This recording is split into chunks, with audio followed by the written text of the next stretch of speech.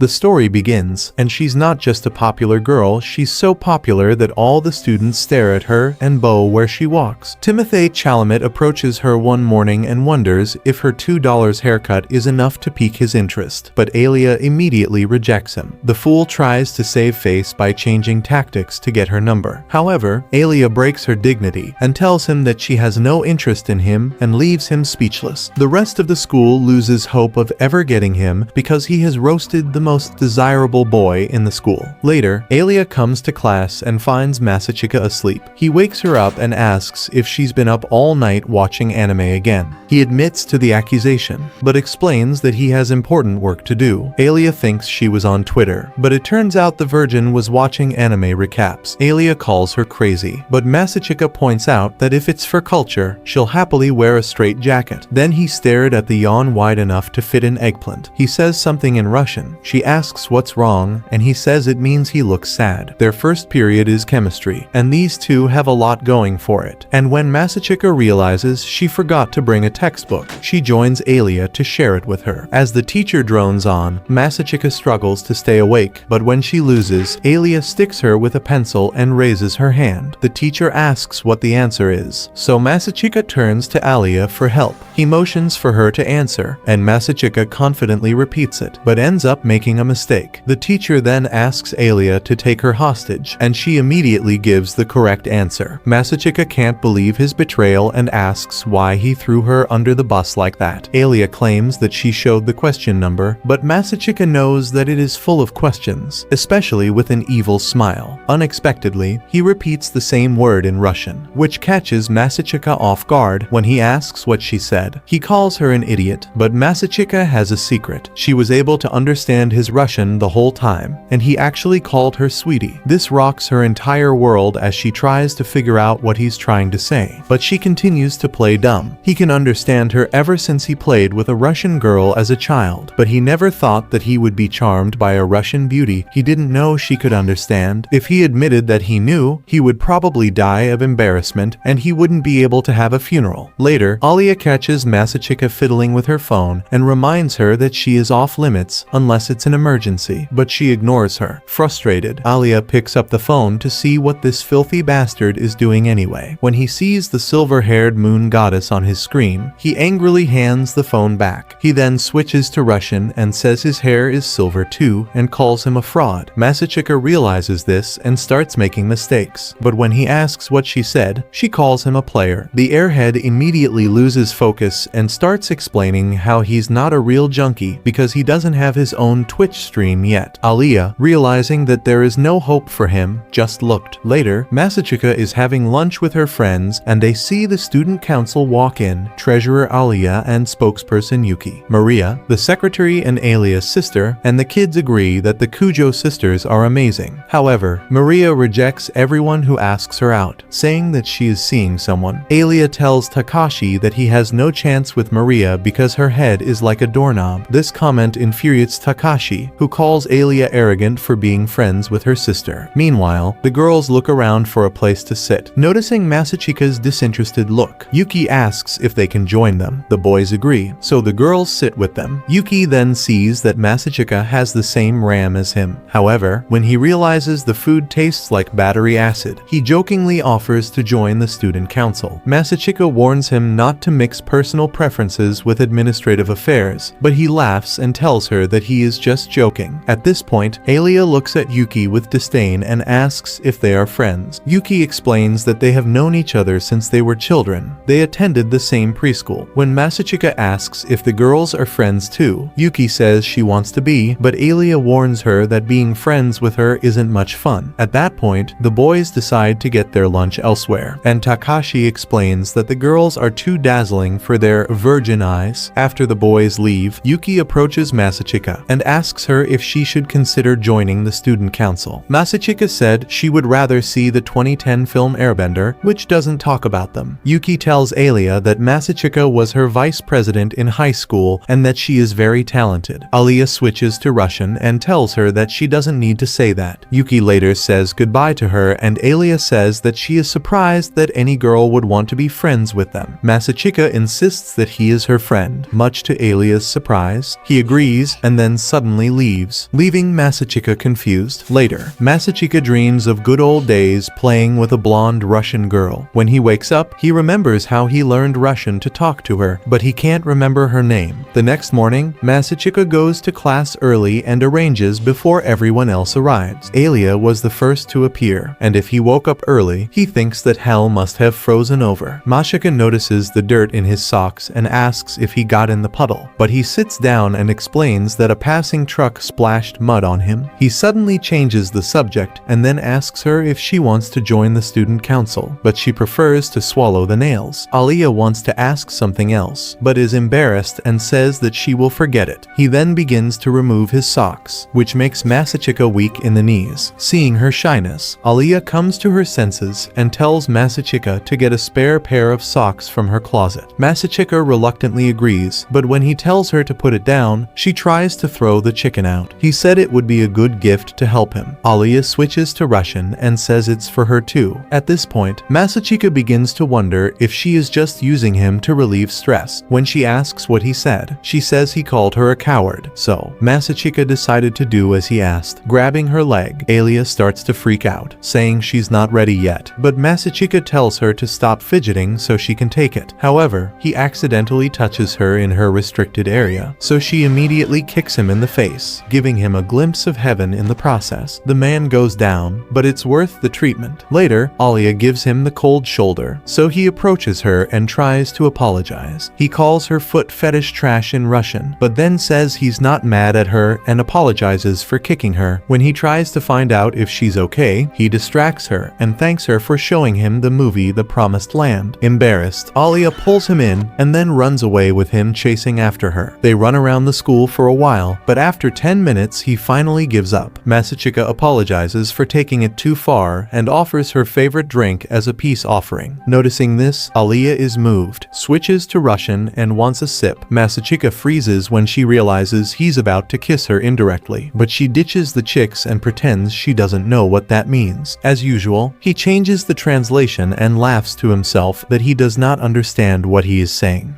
A few days later, Masachika meets Yuki at a storage facility. As the two get confused, Alia comes out and complains about being the third wheel. The girls seem to need help organizing the storage room, so Masachika starts by taking down some board games, prompting Yuki to brag about her latest win. Alia tells the couple to get back to work and then switches to Russian, wanting her to get some attention too. Masachika flinches in place while Alia continues to beg for her attention, while Yuki thinks she's really smooth. Afterwards, they go to the student council office, where the president introduces himself, saying that he's heard a lot about Kanzaki Masachika. Masachika looks at him like an unfinished map project and thinks it's no wonder he's the president. However, when he tries to leave, Masachika insists on buying him dinner to show his gratitude. Masachika tries to refuse, but Yuki tells her that she has to agree because she's only going home to meet the herbs. Kanzaki wonders how Yuki knew what Masachika was doing at home, but Yuki simply says that they'll go back. Kanzaki then invites the girls to have dinner with them, and they agree. At dinner, Kanzaki praises the group for completing their tasks so quickly, so Yuki tricks Masachika into thinking it's the reason. Kanzaki asks her if she wants to join the student council, but Masachika once again declines, saying she'd rather step into Lego. Kanzaki tries to reassure her by saying that it will greatly improve her recommendation, but Masachika only cares about recommending the manga. That night, Yuki adds to his anger, so Masachika asks why he needs her even though it's a shoo-in to win. Kanzaki says that's not true, especially since Alia is also planning to run. This surprises Masachika, but Alia also confirms that she is running for president. After dinner, Kanzaki offers Masachika to take Alia home while he takes care of Yuki, so they part ways. Alia seems very cold to Masachika, and when he reaches the parking lot, he leaves without knowing the usual Russian language. Masachika comes home and immediately realizes that she is not alone inside. Yuki is relaxing on the couch, so he asks what she's doing there, but she ignores him, reading her favorite manga, hoping her main pair is from Alabama. Masachika challenges him to pretend they're childhood friends at school, but Yuki insists that being siblings is okay. They then focus on the cultured comic she's reading, as it demonstrates that otaku aren't born, they're made. The next morning, Masachika wakes up to find Yuki on top of her, but she tells him that she doesn't want to go with a Targaryen. Later, they go to a mall together and Yuki checks out the clothes, while Masachika feels her lungs close when she sees the price tags. While they are shopping, Masachika asks Yuki if she noticed something silver in the corner of her eye. Yuki said that he was far ahead of her and that he had been seeing Tom for a while. Masachika thinks about how to handle the situation, but Yuki doesn't give a damn. Alia tries to play it cool and claims she saw them a few minutes ago, but of course no one buys it. Yuki invites Alia to have lunch with them, but when Masachika tries to stop her, Alia wonders what the big deal is. Yuki explains that it's a spicy dish and tells her not to come if she can't stand it. Masachika tries to be honest and warns him that it's like eating a bomb from the hot ones. Alia insists on leaving, ignoring Masachika's warnings, and moments later, she appears to be dead at the gates of hell.